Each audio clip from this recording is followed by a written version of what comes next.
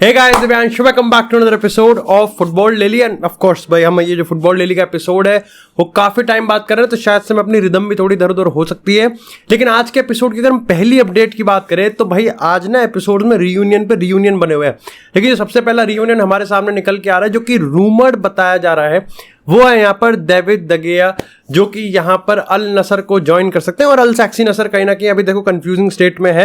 ना ही अभी यहाँ पर ब्रोजोविच को ऑफिशियली अनाउंस किया गया है, ना ही यहाँ पर अभी तक फोफाना की डील पे काम चल रहा है। डेफिनेटली यहाँ पर सादियो माने को लेके हम लोग यहाँ पर इस समय डिस्कशन कर रहे हैं। लेकिन अभी की अगर हम बात करें तो एक जो रूमर्ड निकल के आया है, जो स्पेकुलेशंस है, वो ये है कि डेविड द गेया यहाँ पर अल नसर जा सकते हैं और क्रिस्टियानो रोनाल्डो के साथ रियूनियन कर सकते हैं। अब तुमको पता है यहाँ पर अगर हम बात करें तो एक हमारा अल नसर के पास अगर हम बात करें तो ओस्पिना है और एक और गोलकीपर है जो कि majority of the last season खेला था। ओस्पिना के आई थिंक इंजरी के चलते या फिर जो भी था। लेकिन यहाँ पर अभी सिस्टम ये बन रहा है कि अब क्योंकि डेविड द गेया ऑफिशियली तो यहाँ पर मैनचेस्टर यूनाइटेड का प्लेयर नहीं है, अभी भी जो कॉन्ट्रैक्ट के बीच में बातें हैं वो लटकी हुई हैं। और ऐसे में यहाँ पर चीज़ों को देख के लग नहीं रहा है कि डेविड द गेया और यूनाइटेड के बीच में चीज़ें अच्छी होती हुई जा रही हैं। जिस तरीके से यहाँ पर पिछला वाला जो कॉन्ट्रैक्ट एक्सटेंशन था वो यहाँ पर टूट गया है या फिर बातें यहाँ पर हट गई हैं। साफ साफ पता चल रहा है कि मैनचेस्टर यूनाइटेड करंटली इस समय इतना ज्यादा यहां पर इंटरेस्टेड नहीं है। देखो, तुमको समझना पड़ेगा कि डेविड द गेया को निकालने में भी ज्यादा कोई फायदा है नहीं मैनचेस्टर यूनाइटेड को, क्योंकि अभी अगर हम बात करें, जैसे हम आगे बात करेंगे नए गोलकीपर को लेके, तो अभी जो फाइनेंशियल कंस्ट्रेंट है ना, वो यहां पर मैनचेस्टर यूनाइटेड के पास बहुत ही ज्यादा है। और ऊपर से प्लेयर सेल्स भी नहीं हो रही, मतलब ऐसे ऐसे प्लेयर सेल्स कर रहे हैं जिसका कोई रेवेन्यू भी जनरेट नहीं हो रहा। तो ऐसे में जब आप कमा ही नहीं रहे तो आप खर्च भी कैसे करोगे। ऑफकोर्स मेसन माउंट की डील हमने यहां पर साइन करी है, लेकिन वो भी कोई सस्ती नहीं हुई है। एफएफपी में से 60 मिलियन ऑलरेडी उड़ चुके हैं। ऐसे में यहाँ पर यह देखना है कि अल नसर, जिसपे पैसों की कोई कमी नहीं है, वो कर तो सकती है, लेकिन क्या डेविड द गेया सही में अपने यूरोपियन टाइम को यहाँ पर टाटा बाय बाय कहने वाले हैं और एक्सेप्ट करने वाले हैं कि सऊदी का एक बड़ा पे चेक वो यहाँ पर एक्सेप्ट करे और अल नसर को ज्वाइन करे। एब्सोल्युटली भाई, तुमको पता है पिछले कुछ टाइम में जो सऊदी का जो अट्रैक्शन है वो यहाँ पर काफी ज्यादा इन्फ्लुएंशियल रहा है और काफी ज्यादा सक्सेसफुल भी रहा है। तो ये देखना पड़ेगा, जो पहला रियूनियन हमको देखने को मिल सकता है। इसी के साथ अगर बात करें तो आती है यहाँ पर इंटर मियामी, जो कि बार्सिलोना 2.0 की तरफ यहाँ पर झुकती हुई दिख रही है। ऑफ कोर्स अगर आपका क्लब का ही प्रेसिडेंट यहाँ पर पब्लिकली ये स्टेटमेंट मार दे तो आप समझ सकते हो कि बिहाइंड द ऑपरेशन चीजें बहुत ज्यादा सही चल रही हैं। अब हाल ही में होता ही है कि देखो, लियोनेल मेसी को साइन करने के बाद इंटर मियामी पे एक बड़ा ऑपरेशन ये है कि वो हर चीज मेसी के कंधे पे नहीं डाल सकते। They have to give Messi a team. मतलब ये वही वाली बात होगी कि अल सैक्सी नसर यहाँ पे सोच रही क्रिस्टियानो रोनाल्डो आएगा और हमको सारी चीजें जितवा देगा। But when your team is 1 star rated, even a 5 star rated player can not do all the things. तो ऐसे में यहाँ पर इंटर मियामी का चीज ये है कि भाई देखो, अभी अगर हम करंट स्टैट्स की बात करें तो पिछले 9 लीग गेम्स में वो हारे हुए हैं। टीम, अगर हम टेबल की बात करें तो बॉटम है। 21 जुलाई को यहाँ पर मैच बताया जा रहा है कि लियोनेल मेसी डेब्यू करेंगे। सर्जियो बुस्केट्स को साइन कर चुके हैं, तो 2 5 स्टार प्लेयर ऑलरेडी इन पे आ चुके हैं। ऐसे में यहाँ पर प्रेसिडेंट ने इंटरव्यू में ये चीज कहा कि देखो, जॉर्डी अल्बा से बात चल रही है, लेकिन लुइस सुआरेज का भाई देखो, एक तो कॉन्ट्रैक्ट है उसका अपने क्लब के साथ, और यहां पर उस पर एक रिलीज क्लॉज, सीधा मेंशन ऑफ रिलीज क्लॉज ने बता देता है कि इंटर मियामी ना रिलीज क्लॉज पे कर सकती है, वो रिलीज क्लॉज ट्रिगर कर सकती है, लेकिन वो नेगोशिएशन में भी जाएगी। लेकिन अल्टीमेटली ही सेड कि देखो, अभी देखना पड़ेगा कि वो चीजें कितनी दूर तक जाती है। लेकिन यहां से हमको मोटे मोटे तौर पे बार्सिलोना 2.0 की वाइब आ रही है। और उन्होंने ये भी चीज कहा कि जितनी भी साइनिंग हम करेंगे वो 15 जुलाई से पहले ही कर देंगे। यानी कि अगर ये चीज होने वाली है तो ये हमको बहुत जल्दी मिलने वाली है।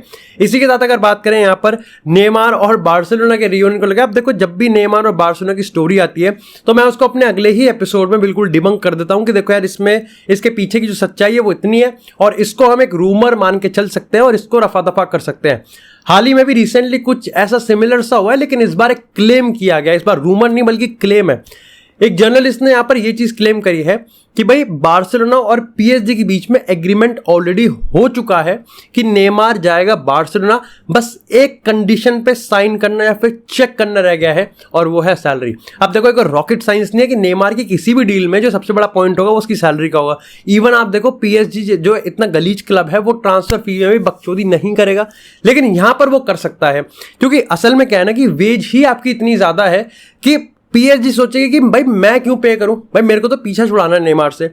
और नया क्लब जो होगा वो ये कहेगा कि भाई मैं क्यों पे करूं, भाई ये जो गंदी आदत है तो पीएसजी ने लगवाई है। तो जो जिसने आदत लगवाई है वो भुगतेगा।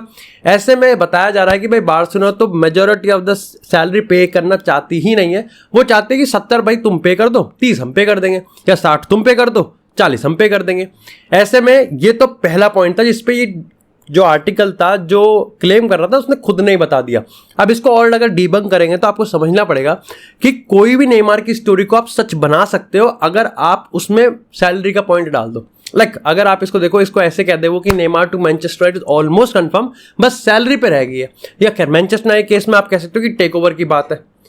तो अभी नेमार की जो स्टोरी है ना वो इतनी ज्यादा कंफ्यूजिंग है और इतनी ज्यादा वॉलेटाइल है कि आप उसमें कुछ भी सच का मसाला डाल दो और अगर आप उसमें एक सैलरी का क्वेश्चन मार्क लगा दोगे तो कहीं ना कहीं वो रिलायबल बन सकती है और उस पर क्लिक्स आ जाएंगे, बिकॉज सैलरी वाला पॉइंट अच्छा है और आप उसके सैलरी वाला पॉइंट लोगों को लगता है कि वही पॉइंट ऐसा है जो कि सबसे बड़ा ऑब्स्टेकल है, विच इज पार्शियली ट्रू। लेकिन अगर आप उस सैलरी वाले पॉइंट को हटा दोगे तो नेमार किसी भी क्लब में जा सकता है। ये इस समय पूरी जनता सोच रही है और उसी के हिसाब से यहाँ पर आर्टिकल्स को शेप अप किया जा रहा है। लेकिन यहाँ पर एक दो पॉइंट आपको समझने पड़ेंगे कि लुइस एनरिके के आने के मतलब अभी ऑफिशियली अनाउंस नहीं हुआ है, लेकिन यहाँ पर बताया जा रहा है कि वो नेमार के साथ खेलने में ज़्यादा प्रेफर करेगा। वो नेमार को लेके थोड़ा प्रो है, थोड़ा प्रोएक्टिव है और कहीं ना कहीं उसको रखने में बिलीव करता है। दूसरी चीज़ कि पीएसजी ऑफकोर्स सैलरी वाली बात पे आ गई कि वो पे नहीं करना चाहती, तो नेमार और ऑफकोर्स नेमार का खुद का मन भी ऐसा है कि भाई या तो मैं कैसे क्लब में जाऊँ, या तो बारसा हो गया या फिर कोई मैनचेस्टर यूनाइटेड हो गया, या तो ये दो क्लब हो तो मैं सोचूं भी। लेकिन अगर ये तो क्लब है ही नहीं तो मैं क्यों सोचूं भाई, मैं क्यों अगर बारसा का केस मैं मानता हूं तो पे कट लेने के लिए तैयार होगा, यूनाइटेड केस में वो नहीं होगा, इतना नहीं होगा पे कट लेने के लिए, बारसा के केस में हो जाएगा। बट ओवरऑल मेरा तो कहना यही है कि भाई ऑफकोर्स बारसा की अगर आप अभी फाइनेंशियल कंडीशन को देखोगे जिस पे हम बात करेंगे तो ये ज़्यादा उनको ज़्यादा उनको फ्लेक्सिबिलिटी देता नहीं है और ज़्यादा सेंस बनता भी नहीं है कि वो नेमार के पीछे अभी कैसे जा सकते हैं, जबकि वो अपने इनिशियल फंडामेंटल प्लेयर्स को भी यहाँ पर रजिस्टर नहीं कर पा रहे। बट ये अभी यहाँ पर अफवाह उड़ रही थी तो मेरे को लगा कि मैं तुमको यहाँ पर क्लियर कर दूँ। इसी के साथ बात करते हैं अब मैनचेस्टर यूनाइटेड की वापस से कि गोलकीपर को लेके इस समय क्या चर्चा में है। अब देखो यहाँ पर दो गोलकीपर है। पहला गोलकीपर ओनाना बहुत टाइम से I think one of the best goalkeeper है जो कि play out from the back में, मतलब ये रेवोल्यूशनाइज ही कर देगा, ये एक रेवोल्यूशन होगा। This might be one of the best signing off the recent times अगर हम मैनचेस्टर यूनाइटेड की बात करें, क्योंकि जिस तरीके से टेन हैग तड़प रहा है कि मेरे को अपने फुटबॉल को खिलाने के लिए रेवोल्यूशन की जरूरत है, दिस हैज टू वेट, ये जरूरी है। और ओनाना के लिए अब सिस्टम ये है कि अब यहां पर हमको एफएफपी पे बात करनी पड़ेगी। अगर यूनाइटेड की बात करें तो 120 मिलियन का बजट है कि भाई वो बिना एफएफपी को तोड़े, यानी कि फाइनेंशियल फेयर प्ले रेगुलेशंस को तोड़े 120 खर्च कर सकते हैं। 60 आपने ऑलरेडी खर्च कर दिए। अब दिक्कत की बात है जहां आप लोग काफी लोग सोचोगे कि भाई 60 तो अभी बचे हैं और इंटर के मांग रही है 50 कि भाई पहला ऑफर तुम 50 दो, 55 तक डील हो जाएगी। लेकिन ऐसे में होगा ये कि यहाँ 120 में से 110 मिलियन वो ऑलरेडी खर्च कर देंगे। हमें अभी ये समझना पड़ेगा कि स्ट्राइकर अभी भी नहीं आया है और एक आधा प्लेयर भी नहीं आया, जहाँ पे सेंटर बैक की बात चल रही थी और मे बी हम फुल बैक या फिर एक और मिडफील्डर की तरफ देख रहे थे। ऐसे में यहाँ पर जब मैनचेस्टर यूनाइटेड को इतनी सारी रीइंफोर्समेंट करनी है तो उसमें अगर मेजॉरिटी ऑफ द चंक आप 2 प्लेयर पे खर्च कर दोगे तो आप यहाँ पर कुछ भी अच्छा नहीं कर रहे हो। ऐसे में सिस्टम आता है यहाँ पर दूसरे प्लेयर का और वो है यहाँ पर जस्टिन बिलो, जो कि यहाँ पर अगेन एर्दवेस के ही प्लेयर हैं और उनके साथ यहाँ पर चर्चा चल रही है, जो कि भाई आई थिंक 1/3 या फिर आधे प्राइस में वो आ सकता है। ऐसे में शायद से आप कह सकते हो कि एक नेगोशिएशन स्टाइल भी है कि वो इंटर पे से एक प्रेशर डाल रहे हैं कि भाई हम दूसरे प्लेयर पे भी जा सकते हैं अगर तुमने अपनी आस्किंग प्राइस को कम नहीं किया। इसका काउंटर ये है कि इंटर को कुछ खास जरूरत है नहीं ओनाना को सेल करने की, मतलब वो तो चाहेगी कि ओनाना यहाँ पर रुक जाए, क्योंकि अल्टीमेटली ओनाना एक ऐसा गोलकीपर है जिसका प्राइस शायद से आने वाले 1-2 साल तक तो बढ़ेगा ही बढ़ेगा, एक्सपोनेंशियली ना बढ़े लेकिन कंसिस्टेंटली तो बढ़ जाएगा। इसी के साथ अगर बात करें अगले सबडेट की तो भैया आती है यहाँ पर फ्रैंकी डियोंग को लेके। अब देखो यहाँ पर हाल ही में ही लेपोर्टा ने अपने इंटरव्यू में कंफर्म किया था कि भाई पिछली बार हमको एक 100 मिलियन का ऑफर मिला था जिसको हमने ठुकरा दिया। अब एक बार फिर से आ रहा है, जैसे मैंने नेमार वाली स्टोरी में बताया, मैं फिर बताता हूँ कि जब बारसा पे अपने फंडामेंटल प्लेयर्स को रजिस्टर करने के पैसे नहीं है, गुंडोगान को साइन कर लिया, रजिस्टर नहीं हुआ अभी तक। ऐसे में एक सवाल फिर से आया था क्या हम फ्रैंकी डियोंग सागा 2.0 की तरफ फिर से बढ़ रहे हैं। ऐसे में मैनचेस्टर यूनाइटेड का नाम जहां पिछली बार हमने 2 महीने तक जपा था, इस बार शायद से वो नहीं होने वाला, क्योंकि यहां पर शायद एक स्ट्रेट अवे स्वैप डील हो सकती है। अगेन बर्नार्डो सिल्वा जो कि मैनचेस्टर सिटी से बारसा जाएगा और यहां पर फ्रैंकी डियोंग जो कि बारसा से मैनचेस्टर सिटी जाएगा। इसमें तड़का मारने वाला जो टीम है वो है यहां पर आपका PSG। अब देखो PSG का यहाँ पर डेफिनेटली बहुत लॉन्ग स्टैंडिंग अट्रैक्शन रहा है बर्नार्डो सिल्वा के लिए। आपको बता दूं बर्नार्डो सिल्वा को 1 मिलियन पर वीक की सैलरी भी ऑफर हुई है सऊदी अरेबिया से, लेकिन वो अभी भी सऊदी जाना नहीं चाहता इस पॉइंट ऑफ एज पे। ऐसे में यहाँ पर PSG पार्टी पूपर का काम तो कर सकती है, क्योंकि लुइस एनरिके के बाद उनकी खींचने की पावर ना बढ़ तो गई है। देखो लुइस एनरिके एक बहुत ही रेप्यूटेड यहाँ पर मैनेजर है।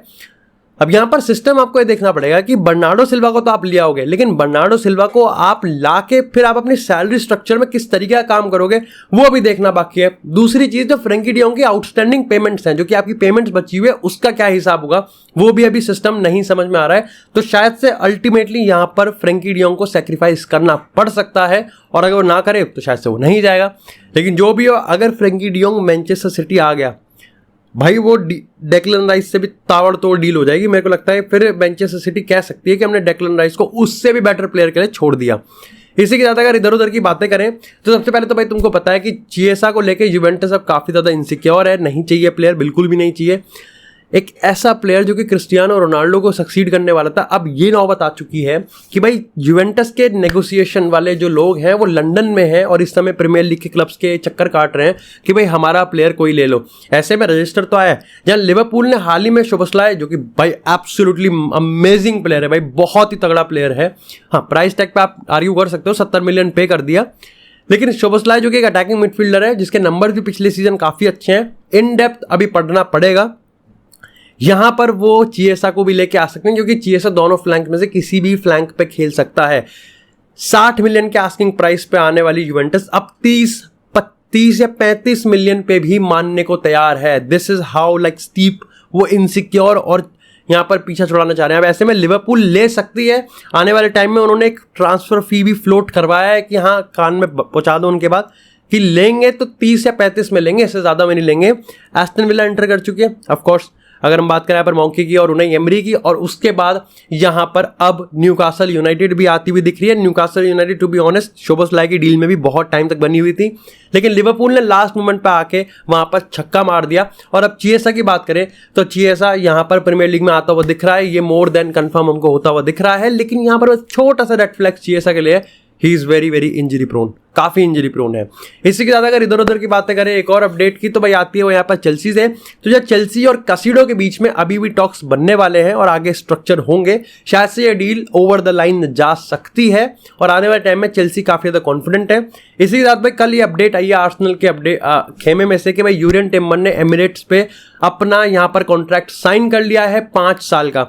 अब अगर हम वहां पे नेदरलैंड की अगर मीडिया की बात करें तो वहां पे काफी सारे पंडित ये बता रहे हैं कि अभी 21-22 साल का है, ऐसा ना हो कि आर्सेनल में जाके वो अपना फर्स्ट प्लेस ना ही ले पाए। विलियम सालिबा का भी सेम केस बताया जा रहा है कि भाई सालिबा भी इतना अच्छा खेला लीग 1 में, लेकिन अल्टीमेटली आर्सेनल में ब्रेक इन करने के लिए उसको भी काफी टाइम लगा, जो कि उसके पर्सनल ग्रोथ को हिंडर कर सकता है।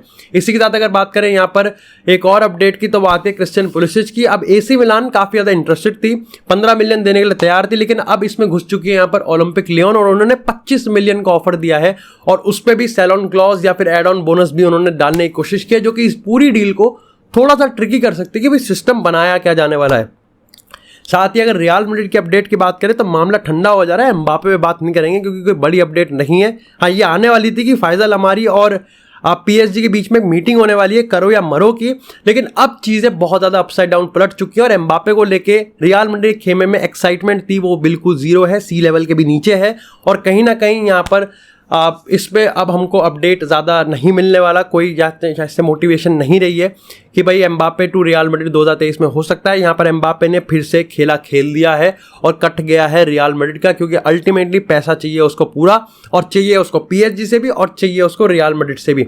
यहाँ पर अगर रियल मैड्रिड की बड़ी अपडेट की बात करें तो भैया अपडेट ये है कि काफ़ी लोग ये मानते हैं कि भाई कोई भी साइनिंग करने के लिए चुआमेनी का जो फ्यूचर है वो रियल मैड्रिड में खतरे में है, जो कि साफ साफ गलत है।